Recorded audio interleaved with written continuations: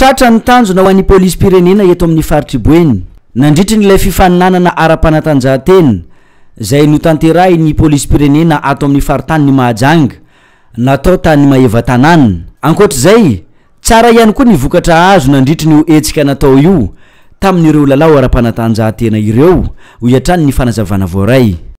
Tsara ny vokatra ary tratra ny tanjona. Inona moa ny tanjona? Ny tanjona moa zany voalohany indrindra dia fahalalana bebe kokoa zay amindreo zandry zay vao mivoaka ny sekoly afantatra ny lehibe zay mpitondra azy, ifankafatara ny samy polisy amindreo faritra telo zany de Boeny, Betsiboka ary Sofia. Izay moa zany fahalalana dia tanjona koa firaisan-kina sy firalahina ary ny fitiavana. Teo amin'ny baolina kitra zany, teo amin'ny sokajy be zany na ny ekipa zokiny dia zay no vosotra tompon-daka.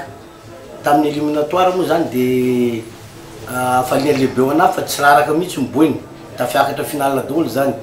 Teo moa zany tamin'ny isany mavesatra dia mavesatra zany tamin'ny 4 siray nandresanay Sofia sy Betsiboka ary saikasaika mitovitovy ihany ny skôly. Ekipa zandry koa manao kan'izay.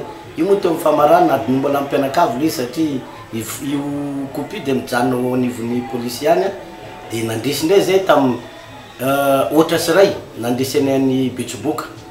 Ekipa zandry. Ekipa zandry ndray koa ohatra siray koa nandresan'ny Sofia ny ekipa zandry ny avy teo Betsiboka.